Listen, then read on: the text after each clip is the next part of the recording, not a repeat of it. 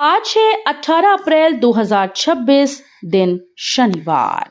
नमस्कार, दिल्ली न्यूज में आपका बहुत बहुत स्वागत है। चलिए देखते हैं आज की 25 फटाफट काम की और महत्वपूर्ण बड़ी खबरों को। पर इससे पहले वीडियो को लाइक करना बिल्कुल न भूलें। दिल्ली में 200 नई इलेक्ट्रिक बसें शामिल, बेड़ा हुआ और मजबूत। दिल्ली सरकार ने सार्वजनिक परिवहन को आधुनिक बनाने के लिए डीटीसी बेड़े में 200 नई इलेक्ट्रिक बसें शामिल की। इसके साथ ही दिल्ली रोहतक के बीच इंटर स्टेट इलेक्ट्रिक बस सेवा की शुरुआत भी की गई। अब डीटीसी का कुल बेड़ा बढ़कर 6300 बसेस का हो गया। इन बसेस में सीसीटीवी, जीपीएस ट्रैकिंग और दिव्यांगों के लिए रैंप जैसी सुविधाएं हैं। सरकार का लक्ष्य 2028 से 29 तक 14,000 बसेस चलाने का है, जिससे प्रदूषण कम होगा और कनेक्टिविटी बेहतर होगी। दिल्ली की 220 अनाधिकृत कॉलोनीज के भविष्य पर संकट, पुनर्वास पर जोर। दिल्ली की 220 अनाधिकृत कॉलोनीज का भविष्य अधर में है, क्योंकि इन्हें नियमितीकरण सूची से बाहर कर दिया गया। ये कॉलोनीज यमुना खादर और संरक्षित भूमि पर बसी होने के कारण कानूनी अड़चनों में हैं। करीब 5 लाख लोग प्रभावित हैं। विशेषज्ञों का कहना है कि इन्हें वहीं नियमित करना संभव नहीं है, इसलिए पुनर्वास ही एकमात्र विकल्प है। सांसदों ने बुनियादी सुविधाएं देने की मांग की। अब अंतिम निर्णय केंद्र सरकार पर निर्भर है, जिससे इन कॉलोनीज का भविष्य तय होगा। ईडब्ल्यूएस उम्मीदवारों को एससी, एसटी, ओबीसी जैसी आयु और प्रयास छूट नहीं मिलेगी। दिल्ली हाईकोर्ट ने बड़ा फैसला सुनाते हुए कहा कि ईडब्ल्यूएस उम्मीदवारों को एससी, एसटी या ओबीसी की तरह आयु सीमा या अतिरिक्त प्रयास की छूट नहीं मिलेगी। कोर्ट ने स्पष्ट किया कि आर्थिक वंचना को जाति आधारित भेदभाव के बराबर नहीं माना जा सकता। खंडपीठ ने याचिका खारिज करते हुए सरकार की नीति को सही ठहराया। इस फैसले के बाद केंद्र सरकार की भर्तियों में ईडब्ल्यूएस उम्मीदवारों पर सामान्य वर्ग के नियम ही लागू रहेंगे। शादी का झांसा देकर महिलाओं से ठगी, फोटो वायरल की धमकी से वसूली। दिल्ली पुलिस के साइबर सेल ने महिलाओं को निशाना बनाकर ठगी करने वाले एक शातिर आरोपी को गिरफ्तार किया। आरोपी फर्जी प्रोफाइल बनाकर सोशल मीडिया और डेटिंग एप्स पर महिलाओं से दोस्ती करता और शादी का झांसा देकर उन्हें अपने जाल में फंसाता था। इसके बाद वो निजी फोटो हासिल कर उन्हें वायरल करने की धमकी देकर पैसे ऐंठता। अब तक करीब 500 महिलाओं से लगभग 2 करोड़ रुपए ठगे जा चुके हैं। पुलिस मामले की जांच में जुटी है। महिला आरक्षण बिल पर लोकसभा में तीखी बहस। लोकसभा में महिला आरक्षण विधेयक पर चर्चा के दौरान भारी हंगामा देखने को मिला।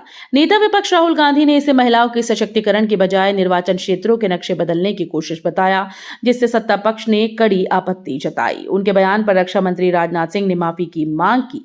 सदन में आरोप प्रत्यारोप और विरोध के बीच कार्यवाही कई बार बाधित हुई। पूरा पक्ष और सरकार आमने सामने नजर आई। विधेयक पर बहस जारी रही और माहौल गर्म रहा।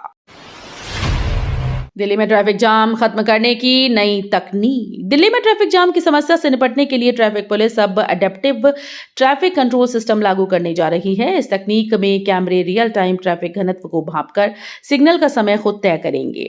1092 जंक्शन पर इसे 3 चरणों में लागू किया जाएगा। 1200 करोड़ रुपए की लागत वाले इस प्रोजेक्ट से जाम में करीब 20% कमी आने की उम्मीद है।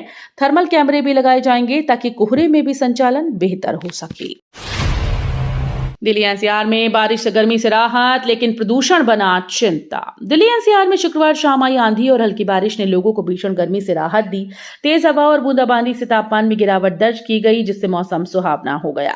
मौसम विभाग ने पहले ही येलो अलर्ट जारी कर बारिश की संभावना जताई थी। हालांकि विशेषज्ञों का कहना है कि आने वाले 2 से 3 दिनों में तापमान फिर 41 से 42 डिग्री तक पहुंच सकता है।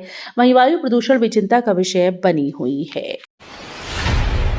नई दिल्ली में एनडीएमसी ने सड़कों की सफाई के लिए 20 गॉबलर मशीन उतारी। नई दिल्ली क्षेत्र में सफाई व्यवस्था को आधुनिक बनाने के लिए 20 गॉबलर मशीन को सड़कों पर उतारा गया।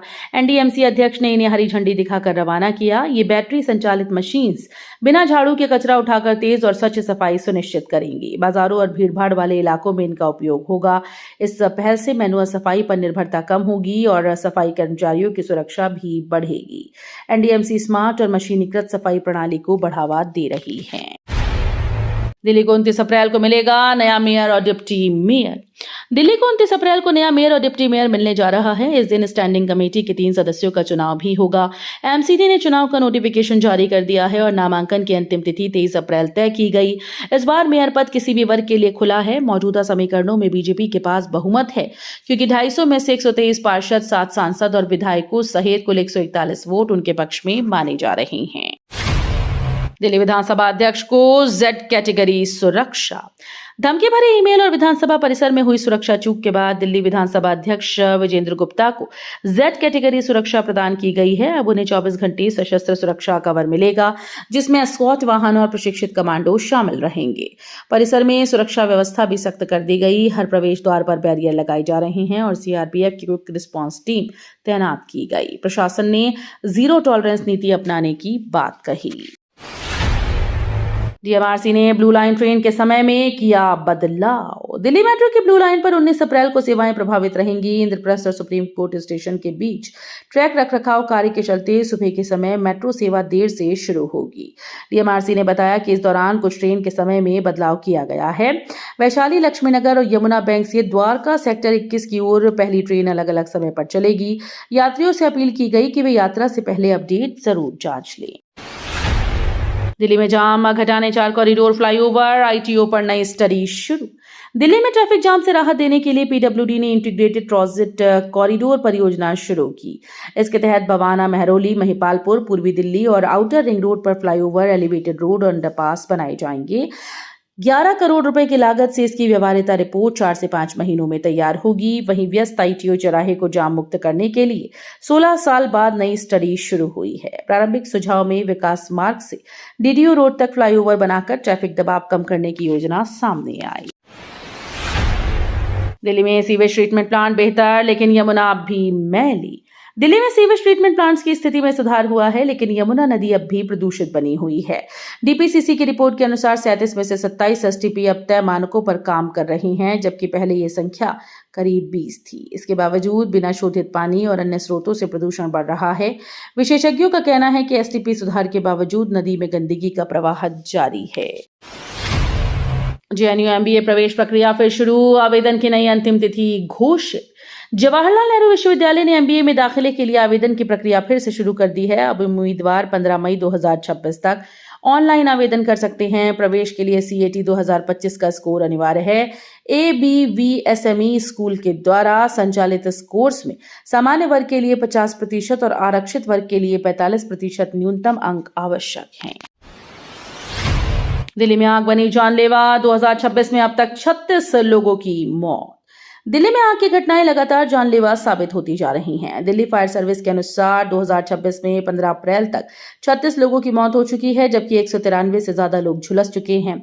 गर्मी में शॉर्ट सर्किट, ओवरलोडिंग और अवैध निर्माण इसका प्रमुख कारण है।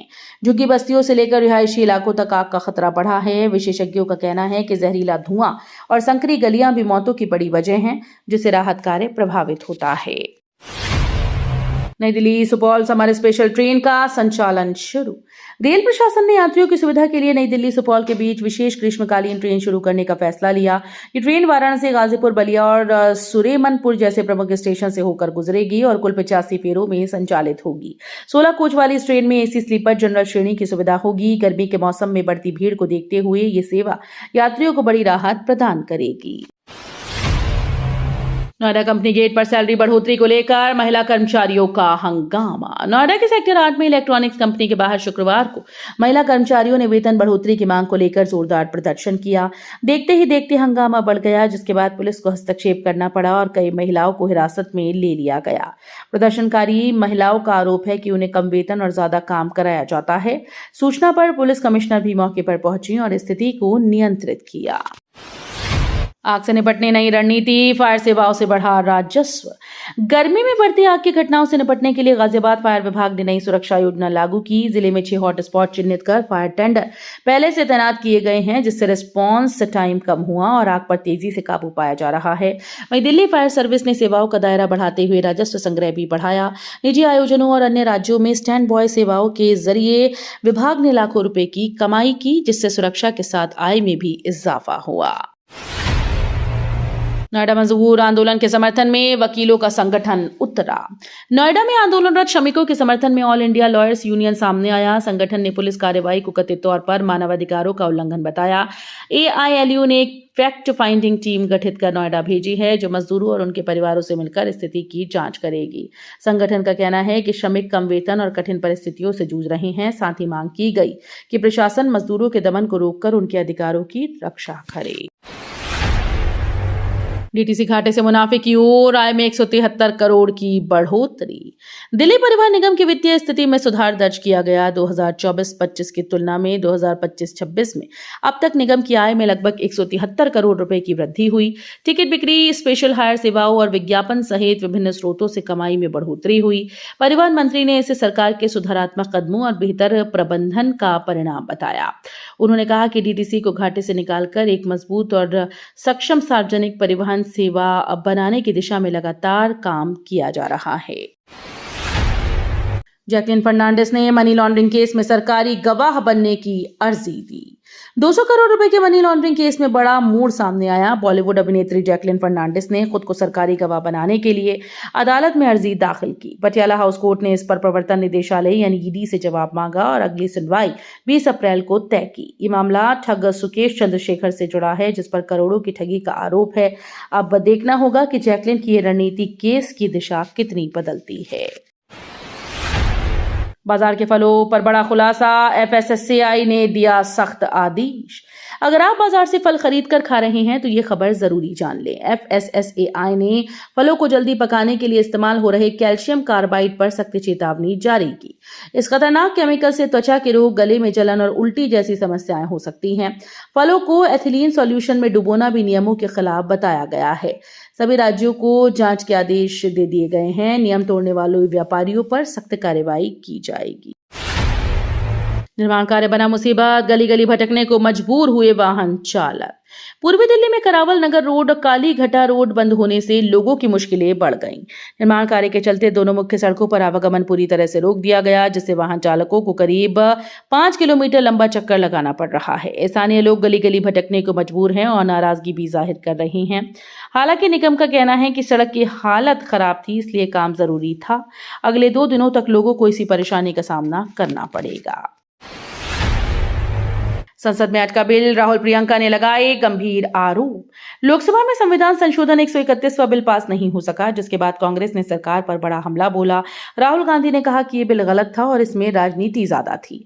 उन्होंने इसे साजिश के तहत लाया गया बिल बताया। वहीं प्रियंका गांधी वाड्रा ने कहा कि सरकार ने महिला आरक्षण को परिसीमन और पुरानी जनगणना से जोड़ दिया है, जिससे सहमति नहीं बन सकी। विपक्ष के विरोध के बाद बिल पारित नहीं हो पाया। संसद सुरक्षा चूक मामले में 4 आरोपियों की हिरासत 22 अप्रैल तक बढ़ी। संसद सुरक्षा चूक मामले में पटियाला हाउस कोर्ट ने 4 आरोपियों की न्यायिक हिरासत 22 अप्रैल तक बढ़ा दी है। सुनवाई के दौरान बचाव पक्ष ने दलीलें पेश करने के लिए समय मांगा, जिसके बाद अदालत ने अगली तारीख तय की। ये मामला 13 दिसंबर 2023 की घटना से जुड़ा है, जब संसद में सुरक्षा उल्लंघन हुआ था। दिल्ली पुलिस ने यूएपीए समेत कई धाराओं में चार्जशीट दाखिल की है। तो ये थी आज की बड़ी खबरें। रोजाना ऐसे ही सबसे पहले अपडेट पाने के लिए चैनल को सब्सक्राइब करना बिल्कुल न भूलें। धन्यवाद।